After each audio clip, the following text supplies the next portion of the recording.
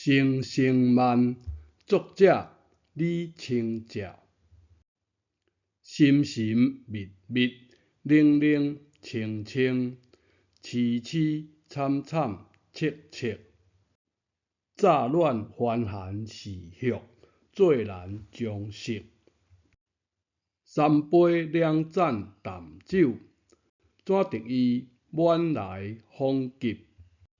眼过夜，正伤心，却是旧时相识。